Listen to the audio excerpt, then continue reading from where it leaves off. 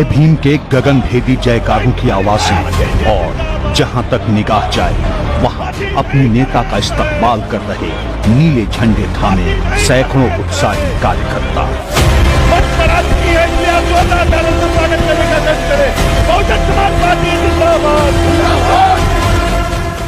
ये सत्ता के वनवास को खत्म करने का संकल्प लिए यूपी की चुनावी जंग में नए जोश के साथ उतरी बहुजन समाज पार्टी की मुखिया मायावती हैं।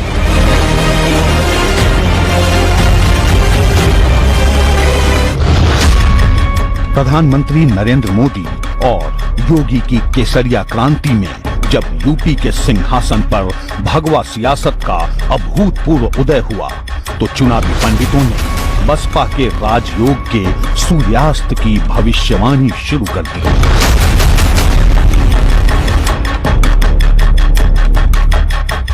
लेकिन 22 के महासमर में गजराज ने अपनी दमदार दावेदारी की गर्जना से चुनावी रण क्षेत्र में हलचल मचा दी है। जो विरोधी लोग ये कहते हैं कि बीएसपी कहीं पिक्चर में नजर नहीं आ रही है, मेरे ख्याल अभी तक पिछले कई महीनों में जितने प्रोग्राम कांग्रेस ने, सपा ने, बीजेपी ने किए हैं, जितनी भीड़ उनके प्रोग्राम में अभी तक आई है उससे कई गुना भीड़ आज बीएसपी के अकेले एक प्रोग्राम में आप लोगों को देखने के लिए मिल रही है, मीडिया को देखने के लिए मिल रही है। भाजपा और सपा की लड़ाई में अब की बार हाथी की चाल क्या गुल खिलाएगी, इसे लेकर दावे से कुछ भी नहीं कहा जा सकता। लेकिन विरोधियों के खेमे में कोहराम इसलिए मचा है क्योंकि इस बार हाथी फिर से आजमाई हुई तरकीब चल रहा है और इस तरकीब को जमीन पर उतारने की जिम्मेदारी निभा रहे हैं मायावती के सबसे भरोसेमंद सेनापति।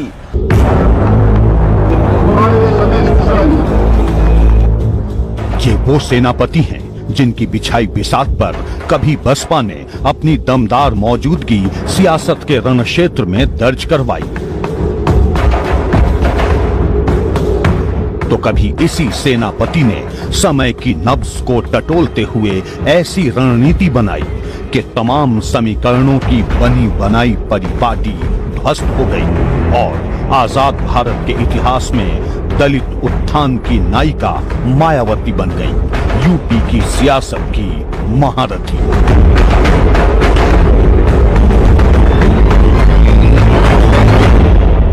सतीश चंद्र मिश्रा जी की जो अहमियत है वो किसी और की नहीं है मायावती के बाद। वजह यह है कि यदि आप पूरे उत्तर भारत में जितने हिंदी भाषी राज्यों के नेता हैं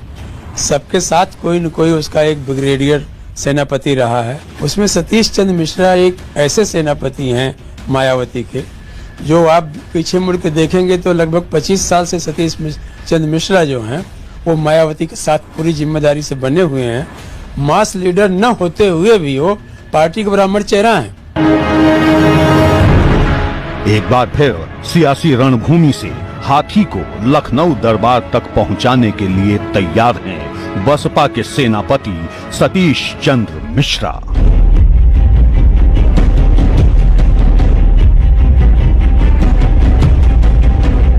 आज सतीश चंद्र मिश्रा के सियासी रसूख से हर कोई वाकिफ है। बसपा में उनका कद क्या है इसका अंदाजा इसी से लगाया जा सकता है कि पार्टी में आज उन्हें नंबर 2 और मायावती के चाणक्य के तौर पर पहचाना जाता है।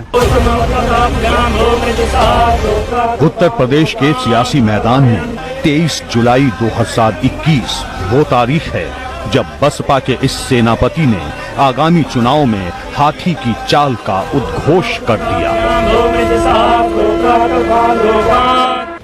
अब तो आपके सब लोगों के सामने है ही है कि बहुजन समाज पार्टी में पंडित श्री सतीश चंद्र मिश्रा जी विगत लगभग 20-22 साल से तो मैं ही देख रहा हूँ एक सच्चे और निष्ठावान सेनापति की तरह से उन्होंने मोर्चा संभाल रखा है और 2022 में भी वो 2006-07 के तर्ज पर वो बहुजन समाज पार्टी की बहुमत से सरकार बनाते हुए आदरणीय बहन कुमारी मायावती जी को 5वीं बार मुख्यमंत्री बनाने का कार्य कर रहे हैं, उसमें वो सफल होंगे। श्री राम की नगरी अयोध्या में शंख, घंटों और मंजीरों की ध्वनि के बीच वेद मंत्रों के उच्चारण से शुरू हुए बहुजन समाज पार्टी के प्रबुद्ध वर्ग संगोष्ठी का समापन जय भीम, जय भारत के अलावा जय श्री राम और जय परशुराम के उद्घोष के साथ हुआ।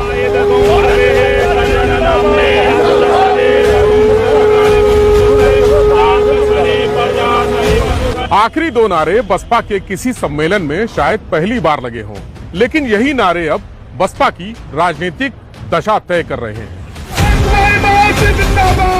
और इस व्यूह रचना को तैयार करने से लेकर जमीन पर अमल करवाने की जिम्मेदारी निभा रहे हैं मायावती के भरोसेमंद और बसपा के सेनापति सतीश चंद्र मिश्रा।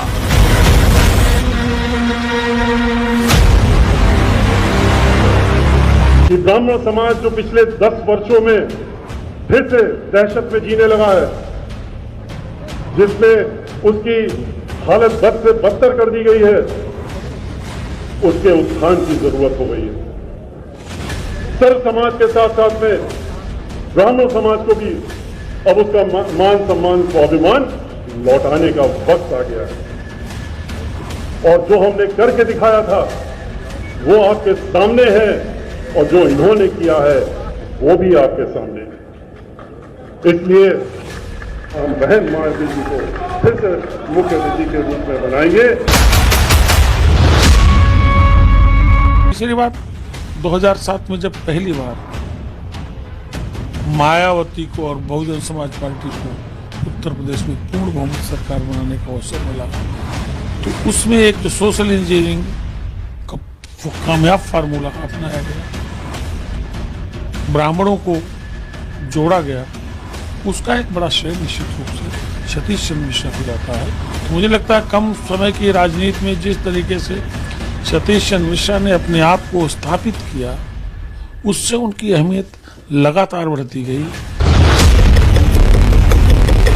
मायावती को 5वीं बार यूपी का मुख्यमंत्री बनाने का मकसद लेकर बसपा महासचिव सतीश चंद्र मिश्रा ने ब्राह्मण सम्मेलन का आगाज जुलाई के आखिर में अयोध्या में रामलला के दर्शन से किया था,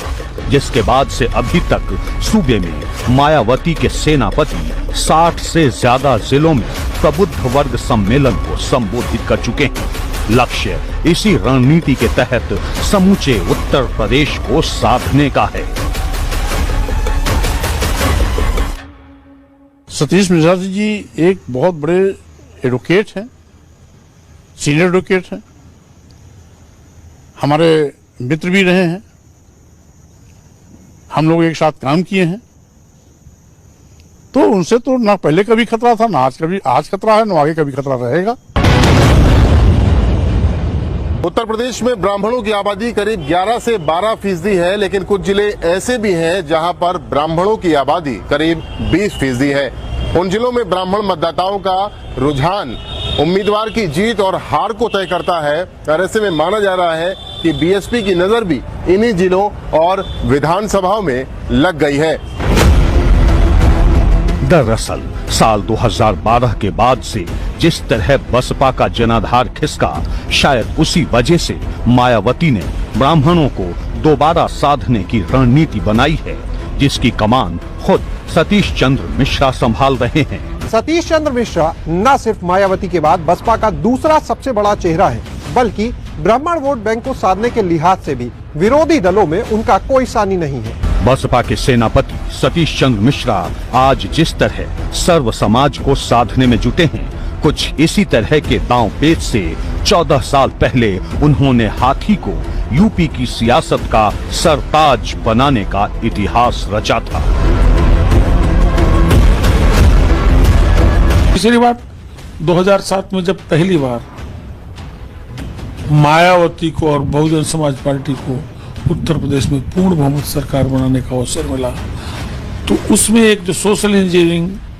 का कामयाब फार्मूला अपनाया गया, ब्राह्मणों को जोड़ा गया, उसका एक बड़ा श्रेय निश्चित रूप से सतीश चंद्र मिश्रा को जाता है। तो मुझे लगता है कम समय की राजनीति में जिस तरीके से सतीश चंद्र मिश्रा ने अपने आप को स्थापित किया, उससे उनकी अहमियत लगातार बढ़ती गई। करीब 14 साल बाद बसपा उसी सोशल इंजीनियरिंग के फॉर्मूले को एक बार फिर अपनाना चाहती है और अग्नि मोर्चे पर एक बार फिर से तैनात हैं बसपा के सेनापति सतीश चंद्र मिश्रा। साल 2007 में पहली बार बहुजन समाज पार्टी ने सर्व समाज को जोड़ने के लिए एक अभियान चलाया। इसमें खासतौर से ब्राह्मण समुदाय को अपने साथ लाने के लिए जब अभियान चलाया गया तो खुद ब्राह्मण समुदाय को भी विश्वास नहीं हुआ कि ये अभियान इस कदर सफल होगा। लेकिन साल 2007 में ये अभियान इस कदर सफल हुआ कि पहली बार राज्य के अंदर बहुजन समाज पार्टी की पूर्ण बहुमत की सरकार आई और मायावती पूरे 5 साल मुख्यमंत्री रहे। और इसके साथ साथ अगर बात करें तो राजनीतिक गलियारों में ये एक नए शब्द का इजाद हुआ और वो शब्द रहा सोशल इंजीनियरिंग, क्योंकि ये प्रयोग पूरी तरीके से सफल रहा।